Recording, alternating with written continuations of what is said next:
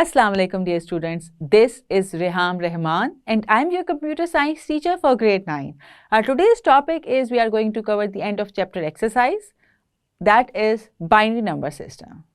So dear students, जैसा कि मैंने आपको बताया था, आज हम करने लगे हैं एंड ऑफ चैप्टर एक्सरसाइज को. फर्स्ट हम करेंगे MCQs, मल्टीपल चॉइस आंसर्स. आपको डिफरेंट ऑप्शंस दी होंगी और आपने उसमें से बेस्ट ऑप्शन को करना है सिलेक्ट. आई होप कुछ मुश्किल नहीं होगा हमें ये करने में. So let's do it together. जो हमारे पास फर्स्ट MCQ है, that says expression A plus B that is within the bracket dot A plus C is equal to, ये जो एक्सप्रेशन लिखा हुआ है हमारे पास A plus B dot A plus C, ये किसके इक्वल है? 4 ऑप्शंस हैं आपके पास. नंबर 1 पे है A plus within the bracket B dot C, second पे है A dot B plus A dot C, third पे हमारे पास है A dot within the bracket B dot C, and last we have A plus within the bracket B plus C. जो expression दिया हुआ है आपको देख के पता चल गया होगा ये हमारे कौन से लॉ से बिलोंग करता है. अगर आपको याद हो, हमने रिफ्रेश किया थी जब अपनी सारी मेमोरी को, तो that belongs to distributive law.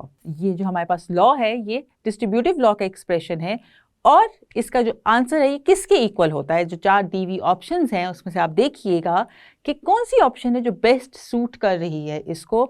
आपको रिमाइंड करवा दूं कि ये जो हम ऑपरेटर यूज़ कर रहे हैं, इस पर हम जो टर्म यूज़ करें, जिसके तरीके से हम इसको डिस्ट्रीब्यूट किया है, that is or over and. आपको याद होगा कि हमने डिस्कस किया था ऑर ओवर एंड को जब हम यूज़ करते हैं तो इसको हम स्प्रेड कैसे करते हैं अपने एक्सप्रेशन को. So what is the right option? You have few seconds to think. The right answer is the first option that says A plus within the bracket B dot C. जो expression दिया हुआ है A plus B dot A plus C is equals to A plus within the bracket B dot C, and that makes our distributive law which says or over and. Moving towards the next MCQ that says the order of application of two separate terms is not important in. जो हमारे पास order है दो applications को separate करने का, that is not important in which law के according ये important नहीं था. हमने जो 4 लॉ देखे थे अपने बूलियन अलजेब्रा के, वो कौन कौन से थे? ऑप्शंस आर, फर्स्ट पे हमारे पास है associative law, then we have commutative law, then distributive law और लास्टली आइडेंटिटी लॉ. कौन से लॉ के अकॉर्डिंग जो ऑर्डर ऑफ एप्लीकेशन है ऑफ 2 सेपरेट टर्म्स का, it's not important. Order means के जब हमने देखा था कि अगर हम A प्लस B को इक्वल कर देंगे B प्लस A के, that's okay. A dot B is equals to B dot A is okay. वो लॉ कौन सा लॉ था? Yes, you are right, that is commutative law, means the second option is the correct option. Moving towards the third MCQ, it says it is cold outside is dash. It is cold outside is dash. ये जो it is cold है ये एक क्या है हमारे पास और इसको हम किससे रिप्रेजेंट करते हैं? ऑप्शन है आपके पास Boolean proposition, categorical proposition, moral proposition और नन ऑफ द अबव. ये जो एक्सप्रेशन है हमारे पास, ये जो प्रपोजिशन हमने यूज की है, इट इज कोल्ड आउटसाइड, ये क्या है? Yes, that is right, is Boolean preposition, means ये जो हमने बोला है इट इज कोल्ड आउटसाइड, इसकी 2 ही ऑप्शन हो सकती हैं एज एन आंसर, येस और no. Yes it is cold outside, no it is not cold outside. और बूलियन प्रपोजिशन में हमने देखा था कि जिस स्टेटमेंट की आंसर में आप ट्रू या फॉल्स दे रहे हो, जिस स्टेटमेंट का आंसर सिर्फ ट्रू और फॉल्स की फॉर्म में हो, उसको हम बूलियन प्रपोजिशन कहते हैं. और ये जो लिखी हुई है proposition it is cold outside, इसका आंसर या तो ट्रू है या फॉल्स है. So it comes under the category of Boolean proposition, that is the first option we have. Next MCQ says number 17 is equals to dash in binary system. Number 17 जो हम belong कर रहा है decimal number system से, अगर हम इसको convert करें बाइनरी नंबर सिस्टम में तो किसके इक्वल आएगा? ऑप्शंस आपके पास दी हुई हैं 1 0 0 0 0, 2 1 0 1 1 0, then we have 1 tetra 0 1 and lastly we have 1 0 1 0 0. ये 4 दी हुई ऑप्शंस में से किसके इक्वल है नंबर 17? आप करेंगे डिवीजन 2 से. 17 नंबर को जब 2 से डिवाइड करेंगे तो क्या आंसर आएगा? वो आप देखेंगे इस चॉइस में से, और मेरे अकॉर्डिंग आई होप आपका रिजल्ट भी सेम ही रहेगा. The answer is the option 3. The option 3 says 1 0 0 1 is the answer of 17 when we convert it into the binary number system. Next MCQ says 1 petabyte is equals to dash. तो याद करें कि 1 petabyte जब हमने देखा था वो हमने किसके इक्वल देखा था? ऑप्शंस हैं आपके पास 1024 raised to power 4 bytes, then we have 1024 raised to power 6 bytes, 1024 raised to power 5 bytes, 1024 raised to power 7 bytes. ये raised to power means कि आप कि जीरोस कितने उसके साथ अटैच हो रहे होंगे, फिर आप कन्वर्ट करें इसको किलो बाइट्स में, किलो में कितने जीरोस आते हैं, गीगा में कितने जीरो आएंगे, पीटा में और टेरा में हमने जो देखी थी सारी डिस्कस की थी, मेगा बाइट्स, ऑल दैट, तो हम किस में आएगा आपके पास ये zeros? The correct answer is option number 3 that says 1024 raised to power 5 bytes is equals to 1 petabyte. The next MCQ says hexadecimal system has total dash numbers. जो hexadecimal हमने system देखा था उसमें टोटल कितने नंबर्स थे? Options are 17, 16, 18 और 15. जो hexadecimal हमने जब नंबर सिस्टम को डिस्कस किया था जिसमें हमने देखा था decimal number system, binary, octal and hexadecimal number system. तो हेक्साडेसिमल नंबर सिस्टम की जो हमने बेस रखी थी वो क्या होती थी, उसमें टोटल नंबर्स कितने थे? Yes, you are right. That is 16, which makes option number 2 correct. Means कि हमारे पास hexadecimal number system has total 16 numbers. Next MCQ says the smallest amount of data to be stored in computer's memory is a 0 or 1 is called. जो हमने discuss किया था अपना कि हमारे जो मेमोरी स्टोरेज होती है, तो जो स्मॉलेस्ट अमाउंट है, जो smallest amount of data store है हमारे कंप्यूटर मेमोरी में, या तो वो 0 की फॉर्म में है या वो 1 है, या तो वो 0 स्मॉलेस्ट स्टोर की जाती है या 1. और इसको हम क्या कहते हैं? Options are byte, KB means kilobyte, bit या GP that is gigabyte. The smallest amount of data to be store in computers memory is 0 और 1 and is called, yes, you're right, it's called bit. Option number 3 is the correct option. Moving towards the next MCQ that says a dash is a sentence that can either be true or false. A dash is a sentence that can either be true or false. Options are algebra, variable, preposition or constant. वो क्या sentence होता है, क्या कहलाता है वो sentence जो या तो ट्रू होगा या फॉल्स होगा? हमने पहले भी इससे रिलेटेड एक MCQ किया है, तो आपके लिए मुश्किल नहीं होगा ये आंसर करना. You are right, that is preposition. A preposition is a sentence that can either be true or false. Moving towards the next MCQ, that is the last MCQ of today, that says any computing hardware that is used for storing, porting or extracting data is called a dash. कोई भी computer hardware जो कि use किया जाता है data को store करने के लिए, पोर्ट करने के लिए, एक्सट्रैक्ट करने के लिए, उसको हम क्या कहते हैं? Options are storage device, ROM, PROM और बाइट. इन 4 ऑप्शंस में से क्या है करेक्ट ऑप्शन जो आपको बताएगी कि वो कौन सी चीज़ है, वो कौन सा कंप्यूटिंग हार्डवेयर है जो कि यूज़ किया जाता है डेटा को स्टोर करने के लिए, पोर्ट करने के लिए या एक्सट्रैक्ट करने के लिए? And you are right, that is option number 1 that says storage device is the computing hardware that is used to store data, to port data or to extract it. इस last MCQ के साथ हमने MCQs वाला part किया ख़त्म.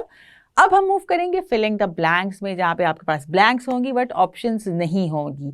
MCQs में थोड़ा सा आसान हो जाता है, आपको हिंट्स मिल जाते हैं, अच्छा ये ऑप्शंस में से तो कुछ होगा ही. अब फिलिंग द ब्लैंक्स देखते हैं कि विदाउट ऑप्शन आप कैसे करते हैं इसको.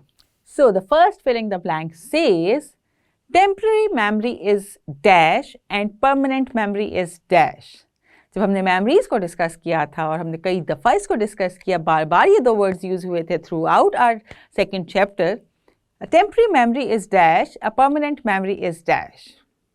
इन 2 ब्लैंक्स में क्या आएगा? वो कौन सी मेमोरी है जो टेम्प्रेरी होती है, जो कि जैसे ही आप कंप्यूटर की पावर ऑफ करते हैं सारा डेटा उसमें से अरेज हो जाता है, और वो कौन सी मेमोरी है जो कि परमानेंट होती है, उसका कंप्यूटर पावर से कोई कनेक्शन नहीं होता?